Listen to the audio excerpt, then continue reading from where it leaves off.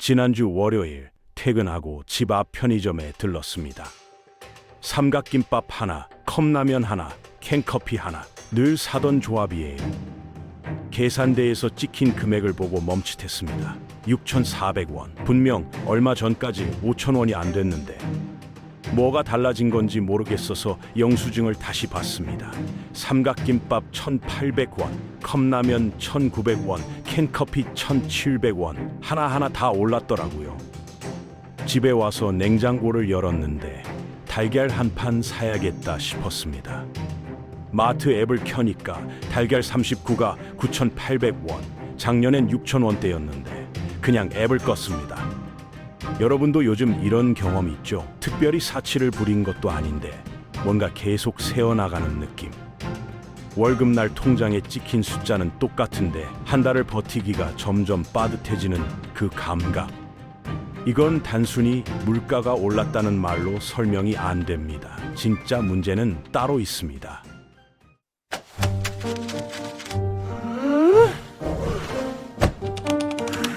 사람들은 보통 이렇게 말합니다. 물가가 올랐으니까 당연히 힘들지. 맞는 말입니다. 근데 여기서 끝나면 안 돼요. 물가는 예전에도 올랐거든요. 1990년대에도 올랐고 2000년대에도 올랐습니다. 그때도 힘들었지만 지금처럼 숨이 막히는 느낌은 아니었어요. 뭐가 달라졌을까요? 예전에는 물가가 오르면 월급도 따라 올랐습니다. 1인당 국민소득이 1만 달러에서 2만 달, 3만 달러로 뛰는 동안 임금도 같이 상승했어요. 물가 오른 만큼 월급도 오르니까 힘들어도 버틸 수 있었습니다. 그런데 지금은 다릅니다. 물가는 계속 오르는데 월급은 멈춰 있어요. 통계를 보면 한국의 실질 임금 상승률이 2010년대 후반부터 급격히 둔화됐습니다. 2020년 이후로는 거의 제자리입니다. 반면 소비자 물가는 매년 2~5%씩 올랐어요. 이게 무슨 뜻이냐면 여러분 월급의 구매력이 매년 2~5%씩 깎이고 있다는 겁니다. 월급 300만 원 받는 분이라면 실질적으로 매년 6만 원에서 15만 원어치의 구매력을 잃는 거예요. 5년이면 30만 원에서 75만 원. 월급은 그대로인데 실제로 살 수 있는 건 점점 줄어듭니다.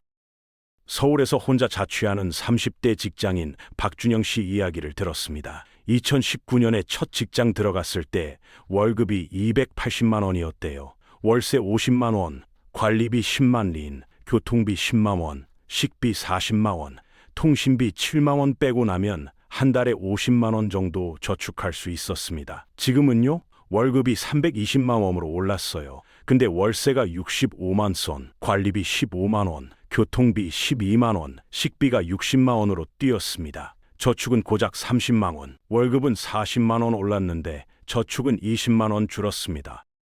여기에 결정타가 하나 더 있습니다. 우리가 돈 쓰는 방식 자체가 바뀌었어요. 예전엔 뭔가를 사면 그걸로 끝이었습니다. TV 사면 10년 쓰고, 청소기 사면 고장 날 때까지 쓰고, 음악 듣고 싶으면 CD 한 장 사면 됐어요. 한 번 사면 내 거였습니다.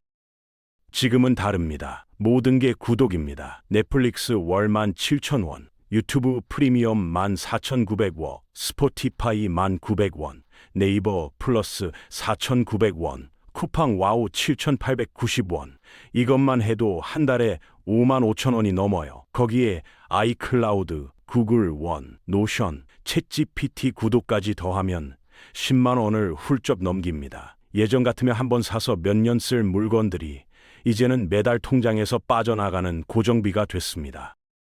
아니, 그럼 구독 끊으면 되잖아요? 그렇게 단순하지 않습니다. 이 서비스들이 우리 일상 깊숙이 들어와 있거든요. 넷플릭스 끊으면 주말에 뭘 보죠? 유튜브 광고 5초마다 나오는 거 참을 수 있어요? 쿠팡 로켓 배송 없이 택배 3일 기다릴 수 있나요? 이게 바로 플랫폼 기업들이 노린 겁니다. 한번 쓰게 만든 다음 없으면 불편하게 만드는 거예요. 그리고 매달 조금씩 가격을 올립니다. 넷플릭스는 2016년에 9,500원이었어요. 지금은 17,000원입니다. 7년 만에 거의 2배가 됐습니다.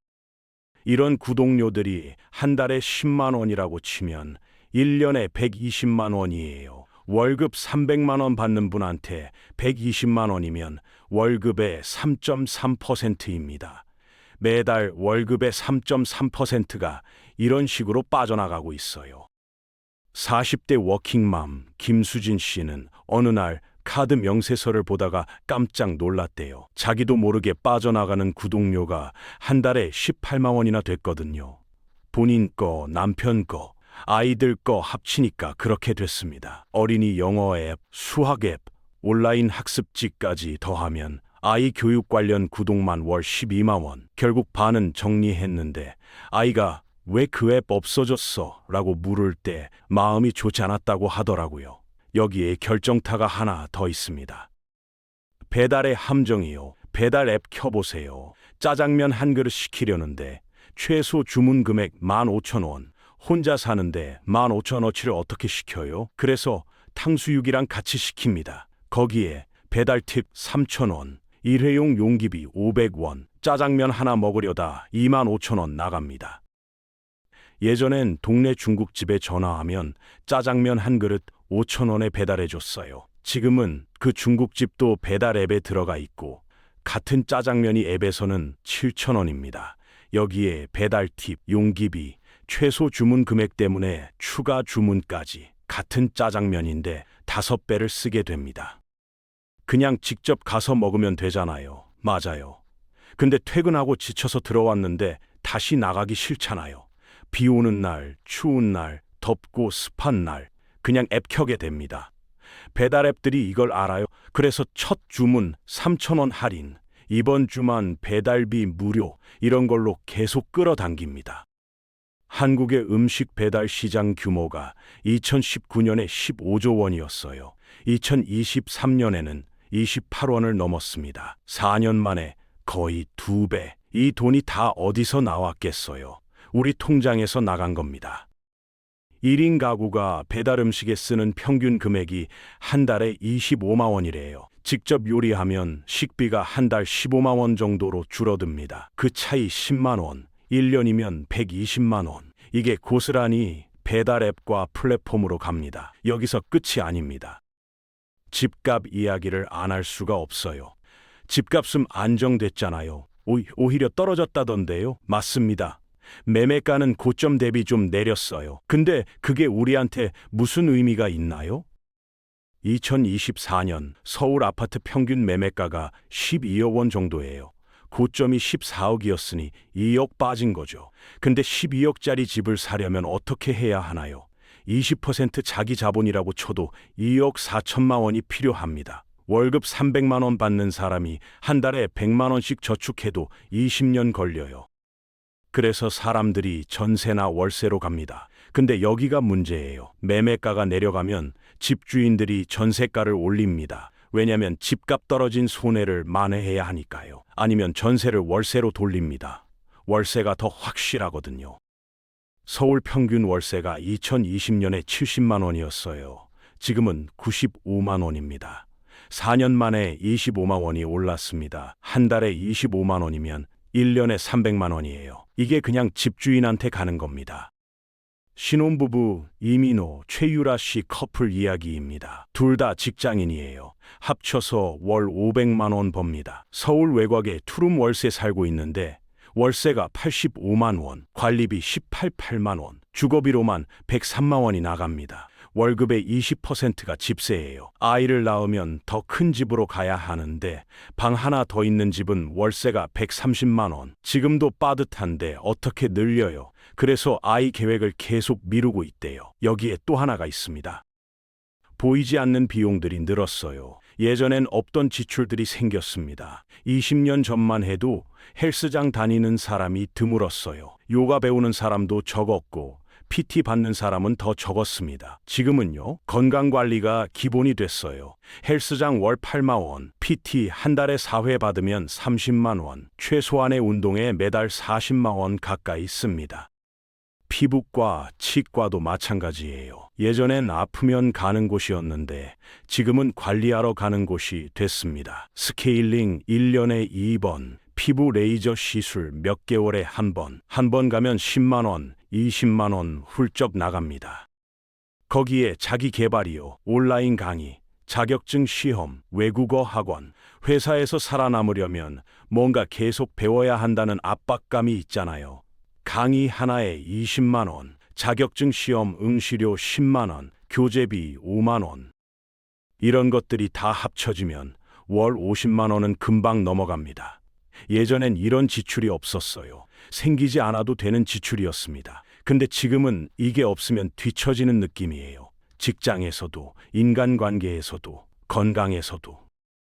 30대 초반 개발자 정태윤 씨는 월급이 400만 원으로 동년배 평균보다 높은 편이에요. 그런데도 한 달 저축이 50만 원이 안 된대요. 월세 75만 원, 헬스장과 PT 35만 원, 온라인 개발 강의 구독 월 15만 원, 치과 교정 할부 25만 원. 여기에 밥값, 교통비, 통신비 빼면 남는 게 없습니다. 본인도 어디서 새는지 모르겠는데 매달 바닥이라고 하더라고요. 여기에 결정타가 또 있습니다.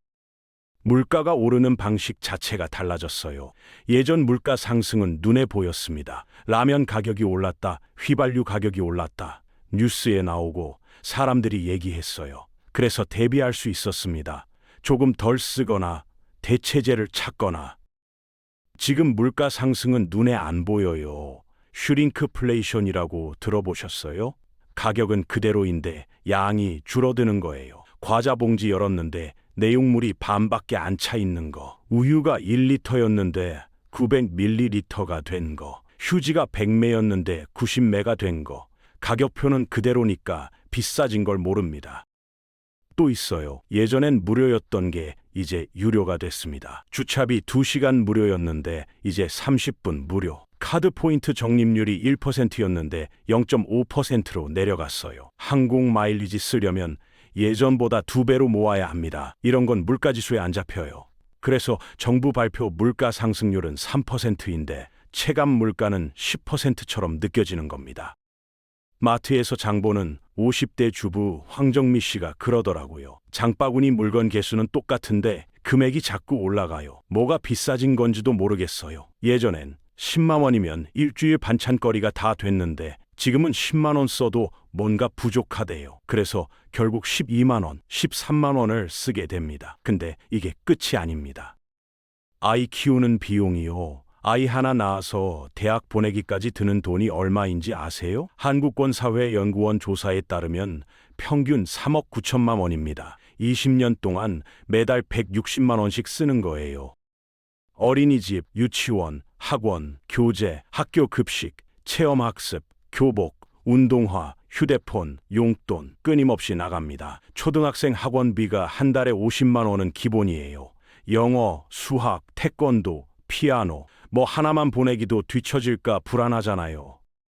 중학교 가면 더 올라가요. 고등학교 가면 더더 올라갑니다. 대학 등록금은 사립대 기준 연 800만 원, 4년이면 3,200만 원. 여기에 생활비, 교재비, 자취비까지 더하면 1억 원 넘게 들어갑니다. 그래서 출산율이 0.7이에요. 세계 최저. 아이를 안 낳는 게 아니라 못 낳는 겁니다. 돈이 없어서요. 맞벌이 부부 강민수, 이지영 씨는 아들 하나 있어요. 초등학교 3학년. 둘이 합쳐서 월 650만 원 법니다. 근데 아이 학원비로 80만 원, 돌봄 서비스 30만 원, 급식비와 체험학습비 15만 원. 아이한테만 125만 원이 나갑니다. 둘째를 낳으면 좋겠는데 계산기를 두드리면 답이 안 나온대요. 첫째한테도 이렇게 간신히 해주는데 둘째한테 뭘 해줄 수 있겠어요. 근데 여기서 끝이 아닙니다. 노후 준비가 안 되고 있어요. 국민연금 한 달에 받는 평균 금액이 얼마인지 아세요? 2024년 기준으로 약 62만 원입니다. 이걸로 한 달을 살 수 있나요? 월세 내면 남는 게 없어요. 그래서 따로 저축하고 연금보험 들고 투자해야 한다고들 합니다. 근데 지금 월급에서 빠져나가는 게 이렇게 많은데 노후 준비까지 할 여력이 있나요? 30대가 노후 대비로 저축하는 금액이 월 평균 20만 원이래요. 이걸 30년 모아봤자 7,200만 원입니다. 은퇴 후 20년을 산다고 치면 한 달에 30만 원 쓸 수 있어요. 국민연금 62만 원이랑 합쳐봤자 92원. 지금 60대 노인 빈곤율이 40%가 넘습니다. OECD 국가 중 압도적 1위예요. 지금 30대, 40대가 나중에 그렇게 될 가능성이 높다는 뜻입니다. 아니, 더 심해질 수도 있어요. 지금 60대는 그래도 집이라도 있는 분들이 많거든요. 지금 젊은 세대는 집도 없잖아요. 50대 후반 자영업자 박상호 씨는 식당을 20년 했습니다. 코로나 때 힘들었고 배달앱 수수료에 치이고 인건비 오르고 재료비 오르고 그래도 버텼어요. 근데 노후 준비는 하나도 못했대요. 가게에 다 쏟아부었거든요. 지금 가게 정리하면 남는 돈이 5천만 원 정도. 이걸로 앞으로 30년을 살아야 합니다. 여기서 우리가 봐야 할 게 있습니다. 지금 일어나고 있는 건 물가 상승이 아닙니다. 중산층의 삶의 구조가 무너지는 거예요. 예전엔 월급 받으면 먹고 살고 조금 저축하고 가끔 여행 가고 아이 키우고 집 사고 은퇴 후에 편하게 살 수 있었습니다. 그게 중산층의 삶이었어요. 열심히 일하면 그 정도는 된다고 믿었습니다. 지금은 열심히 일해도 그 어느 것도 안 됩니다. 저축이 안 되고 여행은 사치가 됐고 아이 키우는 건 경제적 모험이 됐고 집 사는 건 꿈이 됐고 은퇴 후가 두려워요. 월급이 적어서가 아닙니다. 월급은 올랐어요. 근데 월급이 오른 것보다 세상이 더 비싸졌습니다. 구독료, 배달비, 월세, 교육비, 의료비, 자기관리비, 보험료, 이 모든 게 동시에 올랐어요. 그리고 이건 개인의 노력으로 해결할 수 있는 게 아닙니다. 더 아끼고 더 벌면 된다고요. 더 아낄 데가 없어요. 더 벌 시간도 없고요. 이미 다들 한계까지 가 있습니다. 이건 개인의 문제가 아니라 구조의 문제예요. 월급은 안 오르게 만들어 놓고 지출은 늘어나게 만들어 놓은 구조. 플랫폼 기업들이 중간에서 수수료 떼어가고 집주인들이 월세 올리고 학원들이 불안을 팔고 보험사들이 미래를 팔고 그 돈이 다 우리 월급에서 나갑니다. 그래서 우리는 점점 더 열심히 달리는데 점점 더 제자리예요. 러닝머신 위를 달리는 것처럼.